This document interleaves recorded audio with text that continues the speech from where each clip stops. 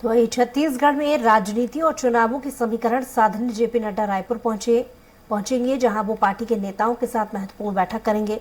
तो आइए जानते हैं कि राहुल और नड्डा के दौरों से क्या सियासी मायने बदलेंगे और साथ ही सीनियर लीडर का क्या यहां पर कोई प्रभाव पड़ने वाला है।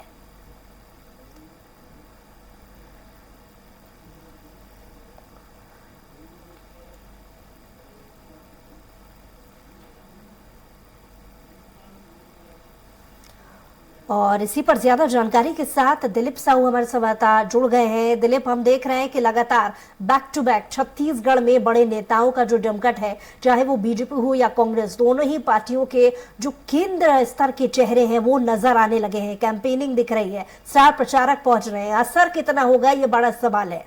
क्या अधिक जानकारी इससे जुड़ी आपके पास दिलीप? जी बिल्कुल बुसरा, क्योंकि विधानसभा चुनाव के प्रथम चरण का लगभग अंतिम दौर चल रहा है। 7 तारीख को मतदान होना है। उसके पहले 20 सीटों पर जो चुनाव होने हैं उन क्षेत्रों में लगातार केंद्रीय नेताओं का दौरा हो रहा है। चाहे भाजपा की बात करें या कांग्रेस की बात करें, भाजपा की ओर से बात करें तो प्रमुख रूप से विभिन्न जो केंद्रीय नेता है, केंद्रीय मंत्री है, वो यहाँ पहुँच रहे हैं। चाहे अमित शाह की बात करें, नरेंद्र मोदी जी की बात करें या फिर अनुराग ठाकुर हो, साथ ही साथ लगातार मनसुख मांडविया जो चुनाव के प्रदेश संयोजक भी बनाए गए हैं, सह प्रभारी भी हैं, तो लगातार उनके दौरे हो ही रहे हैं। इनके अलावा तमाम जो बड़े स्तर के केंद्रीय नेता हैं वे लगातार दौरे कर रहे हैं, अलग अलग जगह पर सभाओं का आयोजन हो रहा है। और वहीं कांग्रेस की बात करें तो कांग्रेस की ओर से भी राष्ट्रीय नेताओं का लगातार दौरा हो रहा है। बहुत सारे प्रमुख राष्ट्रीय स्तर के जो नेता है वे आकर राजीव भवन में पीसी भी कर रहे हैं, सरकार की योजनाओं का बखान भी कर रहे हैं। वही बड़े मंचों की बात करो तो प्रमुख रूप से राहुल गांधी, प्रियंका गांधी, मल्लिकार्जुन खड़गे जैसे तमाम जो बड़े नेता है उनका लगातार दौरा हो रहा है। मल्लिकार्जुन खड़गे जी लगातार 3-4 अलग अलग जो भरोसे का सम्मेलन किया, सरकार ने उन तमाम सम्मेलनों में शामिल हुए। इसी कड़ी में लगातार राहुल गांधी भी दौरा करते रहे। राहुल गांधी आज बस्तर में आए और बस्तर में उनका ये अभी पिछले 1 महीने की बात करें तो 1-1.5 महीने के दरमियान में चौथी बार छत्तीसगढ़ पहुंचे और इस बार बस्तर में उनकी 2 बड़ी सभाएं हुई। और आज बात करें तो फरसगांव और भानु प्रतापपुर में 2 जगह बड़ी सभाएं हुई। दोनों सभाओं में उन्होंने केंद्र की सरकार को निशाना साधा, साथ ही साथ छत्तीसगढ़ सरकार की तमाम योजनाओं की भरपूर तारीफ की और साथ ही साथ 2 महत्वपूर्ण घोषणाएं की। एक तो उन्होंने जो छत्तीसगढ़ में सरकारी स्कूलों में खास करके केजी से लेकर पीजी तक, मतलब नर्सरी से लेकर जो शिक्षा शुरू होती है पोस्ट ग्रेजुएट तक सरकारी स्कूल और कॉलेजों में, उन शिक्षा को पूरी तरह मुफ्त निःशुल्क उपलब्ध कराने की बात की है अगर उनकी सरकार दोबारा फिर से आती है, कांग्रेस की सरकार छत्तीसगढ़ में। तो एक बड़ी घोषणा की है और लगातार जिस तरह से हम देख रहे हैं। इसके अलावा दूसरी घोषणा इनकी थी जो तेंदुपत्ता संग्राहकों को जो पहले 2500 मिलता था, अब 4000 रुपये प्रति मानक बोरा दिए जा रहे हैं। इसी कड़ी में इन्हें सालाना 4000 रुपये बोनस के रूप में अतिरिक्त राशि देने की बात उन्होंने की। इसके अलावा फॉरेन प्रोड्यूस जो है, वनोपज, लघु वनोपज जो खरीदी की जा रही है, जिसका जो समर्थन मूल्य निर्धारित है उसमें 10 रुपये और इजाफा करने की उन्होंने बात कही। तो इस तरह से तमाम जो घोषणाएं राहुल गांधी ने की है। इसके पहले बात करें कांग्रेस की ओर से अलग अलग मंचों पर किसानों की 4 बड़ी घोषणाएं पहले की जा चुकी है कि छत्तीसगढ़ में कांग्रेस की दोबारा सरकार आने पर किसानों का कर्ज माफी किया जाएगा। इसके अलावा जो प्रियंका गांधी आई थी जगदलपुर के दौरे पर, तो उन्होंने एक बड़ी घोषणा की थी कि छत्तीसगढ़ में जो आवास है, आवास योजना के तहत 10 लाख आवासहीन गरीबों को मकान दिया जाएगा। पीएम आवास योजना के तहत उनके लिए मकान बनाया जाएगा, ये बड़ी घोषणा की है। और उसमें और ऐड ऑन करते हुए मुख्यमंत्री भूपेश बघेल ने कहा है कि 17.5 लाख आवासहीन जो गरीब है उनको मकान उपलब्ध कराए जाएंगे। इसके अलावा 20 क्विंटल प्रति एकड़ समर्थन मूल्य पर धान खरीदने की बात कही गई है, क्योंकि पहले पिछले बार तक अभी तक 15 क्विंटल प्रति एकड़ समर्थन मूल्य पर धान की खरीदी की जा रही थी। इसे बढ़ाकर अब 20 क्विंटल धान की खरीदी की घोषणा पहले ही की जा चुकी। इस तरह से लगातार बड़ी घोषणाएं कांग्रेस की ओर से की जा रही है। अब इसी कड़ी में आज राहुल गांधी ने 2 बड़ी घोषणाएं कर दी। एक तो स्कूल और कॉलेज की जो सरकारी स्कूलों से लेकर सरकारी कॉलेजों तक की शिक्षा है वो मुफ्त देने की बात कही उन्होंने। और इस तरह से लगातार कांग्रेस अलग अलग जो घोषणा पत्र उनका जारी नहीं हुआ है दोनों पार्टियों को, न ही बीजेपी ने अभी तक जारी की है, न ही कांग्रेस कांग्रेस ने जारी की है, लेकिन कांग्रेस धीरे धीरे अपनी जो घोषणा पत्र में आने वाली जो योजनाएं हैं उन्हें अलग अलग मंचों पर एक एक करके घोषणा किए जा रहे हैं। तो अब तक 6 बड़ी घोषणाएं कांग्रेस कर चुकी है। इसी कड़ी में भाजपा की बात करें तो भाजपा की ओर से राष्ट्रीय अध्यक्ष जेपी नड्डा का आज दौरा है। वे रात 8 बजे पहुंचेंगे रायपुर एयरपोर्ट और वहां से वो सीधा कुशाभाऊ ठाकरे इनके प्रदेश मुख्यालय है वहां जाएंगे और वहां 3 बड़ी बैठकें लेंगे। करीब रात 8 बजे से बैठक शुरू होगी, जिसमें रायपुर जिले के अंतर्गत 7 विधानसभा है।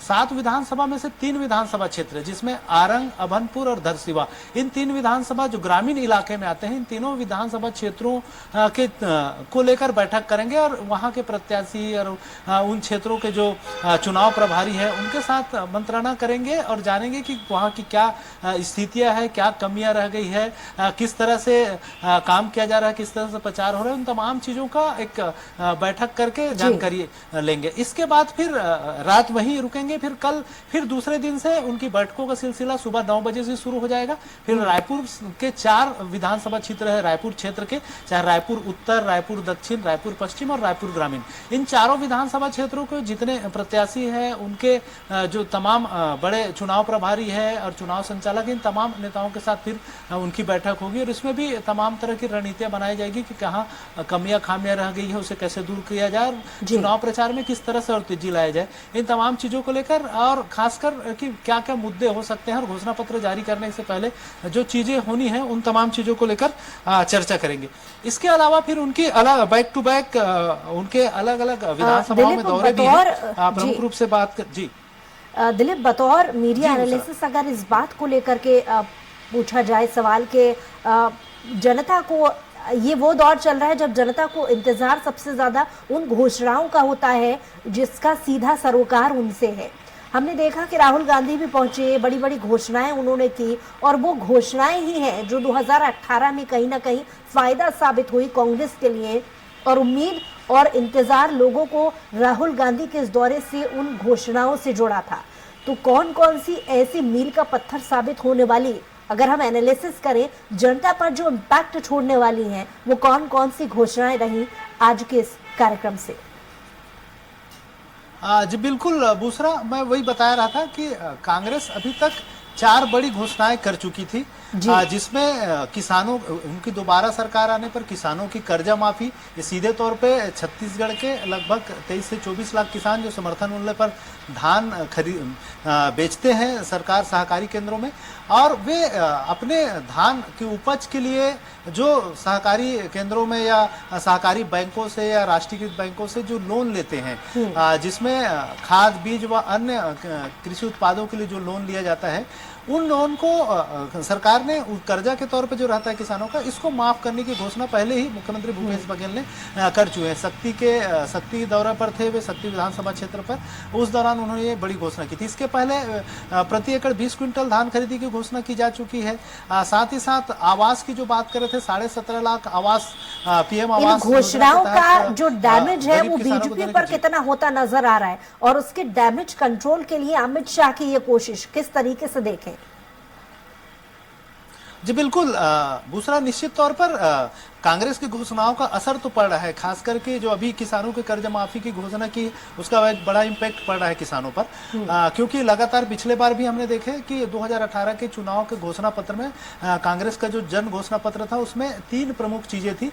एक तो किसानों का कर्जा माफ, बिजली बिल हाफ और किसानों की जो उपज है धान का जो खरीदी होता है समर्थन मूल्य पर, उसे 2500 रुपये प्रति क्विंटल की दर से खरीदी की बात कही गई थी। इन तीनों घोषणाओं का एक बहुत बड़ा इम्पैक्ट पड़ा था प्रदेश भर में और कांग्रेस की सरकार 68 सीटों के साथ बहुमत के साथ 90 में से 68 सीट जीतकर सत्ता में आई थी और सत्ता में आते ही किसानों का कर्जा माफी वाला जो इनका मुद्दा था उसको तुरंत इन्होंने पहले ही मंत्रालय में जब गए तो पहला फाइल किसानों की कर्जा माफी वाले पे ही साइन किए, जिस दिन मुख्यमंत्री भूपेश बघेल ने मुख्यमंत्री के रूप में शपथ लिया उसी दिन।